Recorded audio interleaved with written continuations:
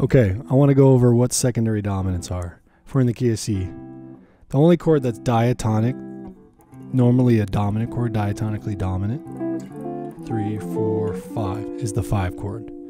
We all know that the 5, 7 is usually dominant. Okay, so if the 5, 7 is normally dominant, what happens when I make all the other chords dominant? Well, those are secondary dominants. So as you can see on the screen, there's a lecture. You should go through this. If you want access to the book, email me. You can read through all this on your own. I'm just going to explain it real quick. So secondary dominants, what are they? Well, anytime you make something that's normally not dominant, make it dominant. What happens? If I do 3, 6, 2, 5, 1, right? Then you can see 3, 6, 2, 5, 1. Those are all diatonic. What if I make the 3, 6 dominant, 5, 1. So I did E minor, A7, D minor, G7, 1. What if I make them all dominant? Right? You have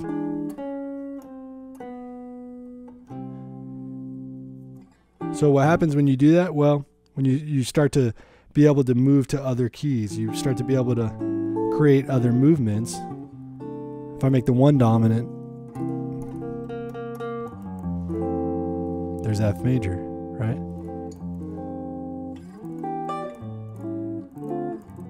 Now the song that best shows this, like remember, I like to do everything through song. The song that best shows this is G Baby Ain't I Good to You. Now, it also does another important thing with secondary dominants. Anytime you start doing secondary dominants, an important thing happens. And it always goes back, it's blues. So let's take a simple progression in E flat. We're going to stay diatonic first. So we're going to do E flat major, 2, 3, 4, 5, right? 6, 7, 1. Okay, that's diatonic. Now let's play 3, 6, 2, 5, 1. Those are all diatonic, right? In the key of E flat major. All right, now what happens? What happens if I make some of those dominant? There's our major scale for that key, right? Well, what happens if I make them all dominant? Well, as you can see, G7, C7, F7, B flat. So let's do that. What happens when you do that? Well, you can basically get, see how nice? You can tell they're altered, but they still sound good, you know. 3, 6, dominant is the 5 of 2, which goes there. If I make that dominant, that's the 5 of 5. 5 goes to 1. Dominant 3 is the 5 of 6. 6 is the 5 of 2. So they all lead to each other. And you get this cool chromatic. So the nature of secondary dominance is going to be really cool, because what ends up happening is, what you notice is, if we were to play 3, 6, 2, 5, 1, and we're in the key of E flat, well, what happens? That's all E flat major. But what happens?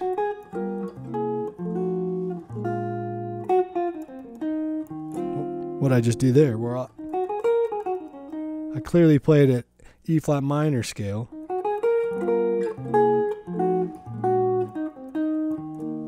Now what happens when you do secondary dominants, diatonic ones like 3, 6, 2, 5, and you make them dominant and you alter them, which is what this lecture is talking about, alter the secondary dominants. What happens when you do that?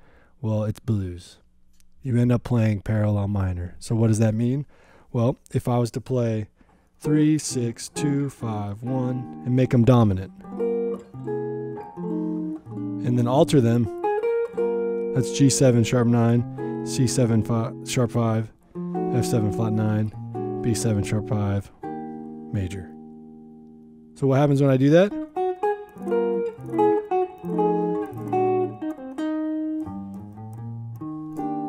What ends up happening is you're borrowing all the same notes that are in E flat minor. So here's E flat major. And then if I play E flat minor pentatonic, right, and then that's clearly minor, right? If I pair that with the 3, 6 but alter them,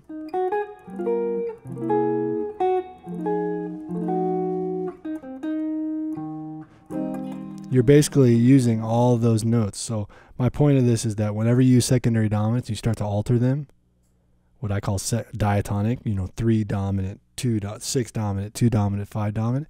When you alter those, they use all the same notes as the parallel minor, right? E flat minor. And the song that does this the best is G Baby Ain't I Good to You.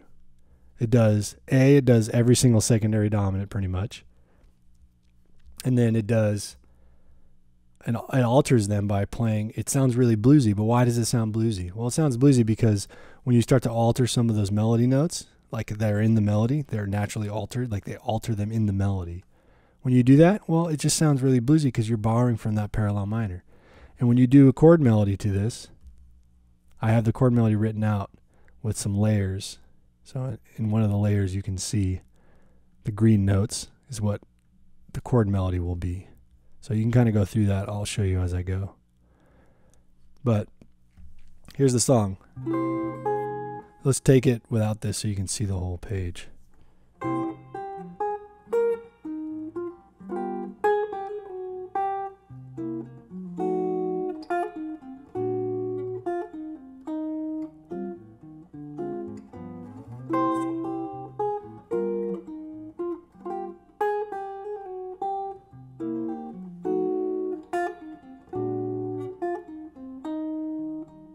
Secondary dominant.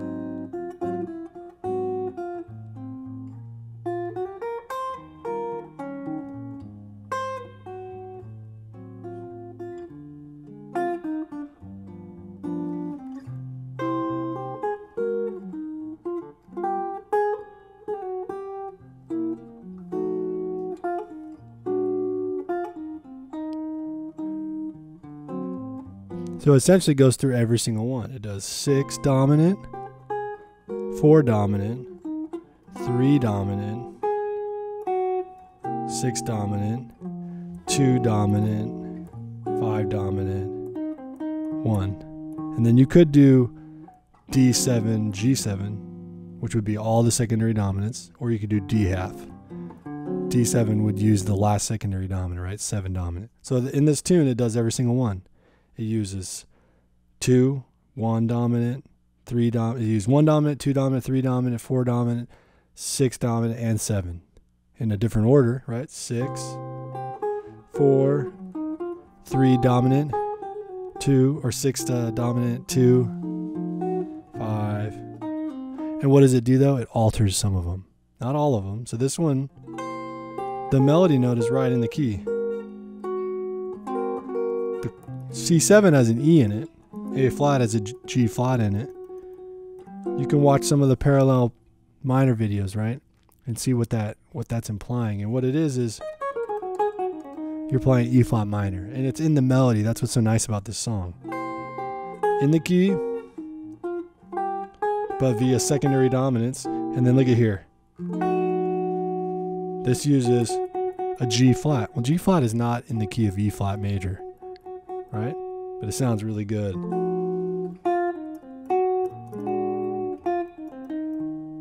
It resolves back to E flat major. So what you're doing is you're using that blues sound, right?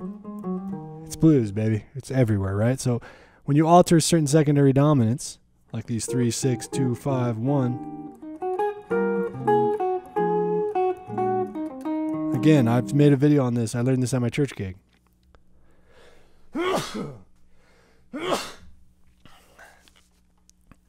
So, in a nutshell, secondary dominants, anytime you make a chord that's normally that's diatonically not dominant, make it dominant, that's a secondary dominant.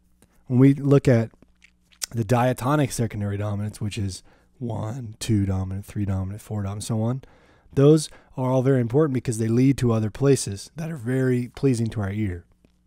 Now, this song, G Baby Ain't I Good to You, is perfect because it does every single secondary dominant. And it does it in a way that sounds very bluesy because you're borrowing, by altering these secondary dominants, you're borrowing that sound from the parallel minor, right? E flat minor, E flat major. It's in E flat major, but you're playing all these dominant chords. And by doing so, like on that one, you get to play F7 flat 9. Well, that flat 9 is the G flat. See how much that fits inside E flat minor? And then you can resolve back, just like a blues. Right? Back to major. And so that's the whole point of this tune. That's why it sounds bluesy. You know, I always wonder, well, I get that it sounds bluesy, but why? I didn't understand why. Well, the reason is because when you use all these secondary dominants, specifically you alter some of them, like that one, right, on the 5 chord. Well, you're borrowing the same exact notes from the parallel minor. So that's what's cool, is that all these altered secondary dominants are using notes that are in the parallel minor. That's why it sounds minor, right? So no one really explained it to me like that. I just saw this through playing tunes and realizing every time I played a tune that was bluesy and had a lot of dominant chords, it was always playing in that style. It would alter some of those dominant chords, and it would always be the parallel minor notes. That's why it sounded so bluesy to me, right? So that's the idea of secondary dominants, really, in a nutshell, without going too deep and too crazy. So read that lecture, both of these. We have just the regular secondary dominant lecture, and this is the regular secondary dominant lecture, and then this one is how to alter them and make it sound really bluesy via this tune, G Baby and I Get to You. And you'll see in this explanation, you'll see G Baby is in most of these tunes, or most of these examples. Like Sunnyside Street has an example of 3 dominant. So this just gives you an idea of all the different tunes that do some of these dominant chords, right? So that's the idea behind secondary dominants. Hope that helps, and let me know what you think.